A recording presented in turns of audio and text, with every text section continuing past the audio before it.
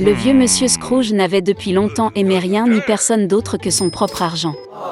Il ne comprenait pas la joie que Noël et le nouvel an apportaient aux autres. Par conséquent, à la veille des vacances, le vieil homme a refusé de laisser son assistant quitter le travail plus tôt, qui voulait acheter un cadeau pour son fils. Monsieur Scrooge a même refusé l'invitation de son neveu de célébrer Noël avec sa famille et a également refusé de donner de l'argent pour aider les enfants dans le besoin. Le vieil homme ferma son bureau tard dans la soirée et rentra chez lui. Et puis, dans sa chambre, des choses étranges ont commencé à se produire. Un vent soufflait de quelque part, le tonnerre grondait, et soudain le fantôme de son compagnon, décédé à Noël dernier, apparut devant lui. Monsieur Scrooge avait très peur et ne comprenait pas ce qui se passait. L'esprit a dit qu'après sa mort, il a été puni pour ne pas faire le bien et ne pas aider les gens de son vivant. Il ne voulait pas que le vieil homme subisse le même sort. Il prévint donc Scrooge que 3 autres fantômes lui rendraient bientôt visite. Après ces mots, l'esprit a disparu. Le vieil homme a prétendu que rien ne s'était passé. Mais bientôt, le fantôme d'un enfant est apparu devant lui.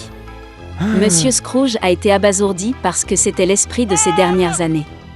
Le fantôme les a transportés comme par magie dans le passé. Le vieil homme se voyait comme un petit garçon dans la ville où il est né et a grandi. Il décorait le sapin de Noël et il s'est beaucoup amusé. Puis Monsieur Scrooge s'est vu dans sa jeunesse, le jour où, plein de joie et d'espoir, il a proposé à sa bien-aimée. Après cela, le vieil homme s'est vu mûrir. Sa femme pleurait et il ne pouvait pas comprendre pourquoi elle avait décidé de se séparer de lui. Le fait est que Scrooge ne faisait plus attention à elle, mais ne pensait qu'à l'argent. Le vieil homme ne pouvait pas le regarder lui-même de côté et demanda au fantôme de le renvoyer. L'esprit a finalement disparu, mais un autre fantôme est apparu à sa place.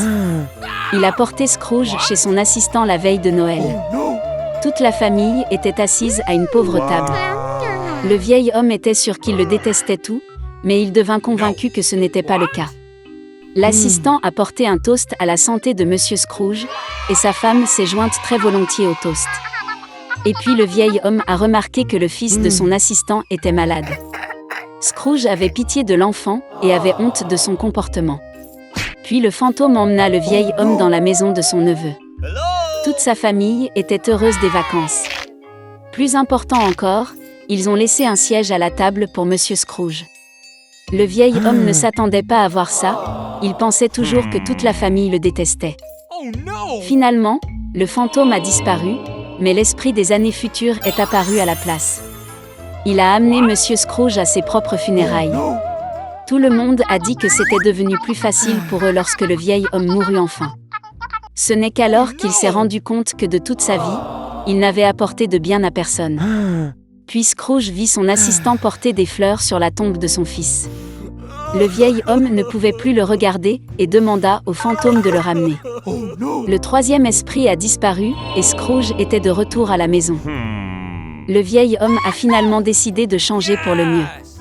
Heureusement, il a constaté que le temps avait reculé de quelques heures. Monsieur Scrooge a décidé de ne pas perdre une minute. Il avait encore le temps de tout changer. Le vieil homme était sincèrement heureux de l'approche de Noël. Il a envoyé la dinde la plus chère et la plus grasse à la maison de son assistant. Scrooge a ensuite envoyé un cadeau au fils de l'aide et a fait don d'une énorme somme d'argent à une association caritative. Après cela, le vieil homme est allé fêter Noël avec son neveu, où toute la famille l'a accueilli. Le lendemain, lorsque l'assistant de Scrooge est venu travailler, il a augmenté son salaire. Pour son fils, le vieil homme est devenu parrain. Monsieur Scrooge a donné au garçon le meilleur traitement possible et il a continué à mener une vie saine. Depuis lors, le vieil homme radin est devenu la personne la plus gentille et la plus généreuse de la ville et a gagné l'amour et le respect universel. Il était une fois une jolie petite fille. Elle était gentille avec tous ceux qui ne la voyaient que. Mais elle était la plus belle et la plus chère de toutes à sa grand-mère, qui ne savait pas quoi donner à sa petite fille bien-aimée. Une fois, elle lui a donné un chapeau de velours rouge. Et comme ce chapeau lui convenait très bien et qu'elle ne voulait rien porter d'autre, ils ont commencé à l'appeler le petit chaperon rouge. Une fois, sa mère a demandé à apporter un morceau de gâteau et une bouteille de vin à sa grand-mère.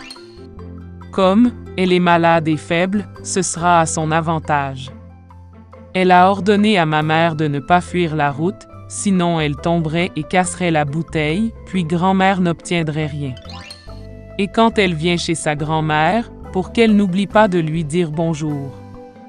Le petit chaperon rouge obéit, prit les cadeaux et partit. Et ma grand-mère habitait déjà derrière la forêt, à une demi-heure de marche du village. Et dès que le petit chaperon rouge est entré dans la forêt, elle a rencontré un loup. La fille, cependant, ne savait pas de quel genre de bête féroce il s'agissait et n'avait pas le moins du monde peur de lui. Elle l'a salué poliment. Le loup s'est également comporté très décemment, alors le petit chaperon rouge a dit au loup qu'elle apportait des cadeaux à sa grand-mère bien-aimée. Et pendant qu'elle racontait comment se rendre à la maison de la grand-mère, le loup se demanda comment il pouvait manger non seulement la vieille femme, mais aussi une jolie fille. Et puis le loup a pensé à montrer au petit chaperon rouge une immense prairie avec de belles fleurs. Le petit chaperon rouge, en regardant les nombreuses fleurs merveilleuses, a pensé que ce serait bien d'apporter à grand-mère un bouquet de fleurs fraîches, car cela lui plairait aussi. Oui, et s'est enfui de la route sur le côté, et a commencé à cueillir des fleurs. Si elle cueille un peu une fleur, comme une autre lui fait signe, c'est encore mieux, et elle courra après. Et ainsi il est allé de plus en plus loin dans les profondeurs de la forêt. Et le loup a couru droit chez grand-mère et a frappé à la porte. Grand-mère a demandé qui était là. Et le loup répondit d'une voix mince que c'était le petit chaperon rouge qui apportait la tarte et le vin. La vieille femme crut et ordonna d'appuyer sur le loquet et d'entrer. Le loup a appuyé sur le loquet, la porte s'est ouverte et il a couru vers la hutte de sa grand-mère. Je me suis précipité vers le lit de ma grand-mère et l'ai avalé aussitôt. Puis il enfila la robe de sa grand-mère et sa casquette sur sa tête, se coucha et attendit. Pendant ce temps, le petit chaperon rouge a couru et couru après les fleurs, et quand elle en a eu autant qu'elle pouvait en porter, elle s'est de nouveau souvenue de sa grand-mère et est allée chez elle. Elle a été très surprise que la porte soit grande ouverte, et quand elle est entrée dans la pièce, elle a appelé sa grand-mère. Il n'y avait pas de réponse. La petite fille s'approcha du lit et vit, grand-mère mentait, et elle avait tiré sa casquette sur son nez, et cela semblait si étrange. Le petit chaperon rouge a demandé avec étonnement pourquoi grand-mère avait de si grandes oreilles. Et le loup a répondu d'une voix de grand-mère pour mieux entendre. Puis le petit chaperon rouge a demandé pourquoi grand-mère avait de si grands yeux. Pour mieux te voir, répondit le loup.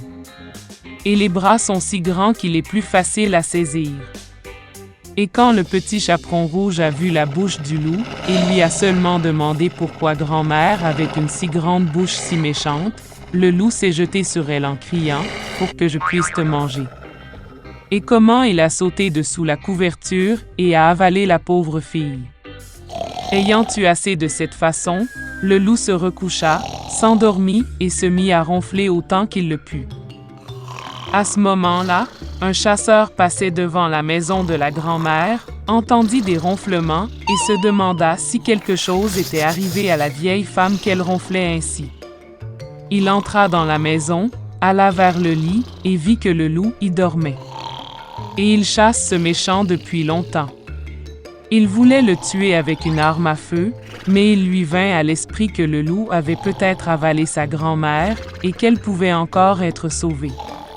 C'est pourquoi il n'a pas tiré, mais a ouvert grand la bouche de son loup et a vu un petit bonnet rouge y clignoter.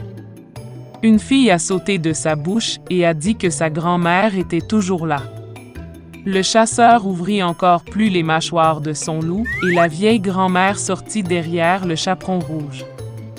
Ils étaient ravis, ont commencé à embrasser et à remercier le chasseur. Ils ont décidé de donner une leçon à un loup rusé. Ils ont apporté de grosses pierres aussitôt que possible, les ont fourrés dans la bouche et le ventre du loup et l'ont emmené dans la cour. Et quand le loup s'est réveillé, il a vu le chasseur et était sur le point de s'échapper, mais ne pouvait pas supporter le fardeau des pierres et est tombé à terre. Cela ravit tous les trois, tandis que le loup se leva et traîna à peine son gros ventre dans la forêt sombre. Ils ne l'ont jamais revu. C'est ainsi qu'ils ont enseigné une leçon au loup rusé, et le petit chaperon rouge a décidé qu'elle ne désobéirait plus jamais aux ordres de sa mère.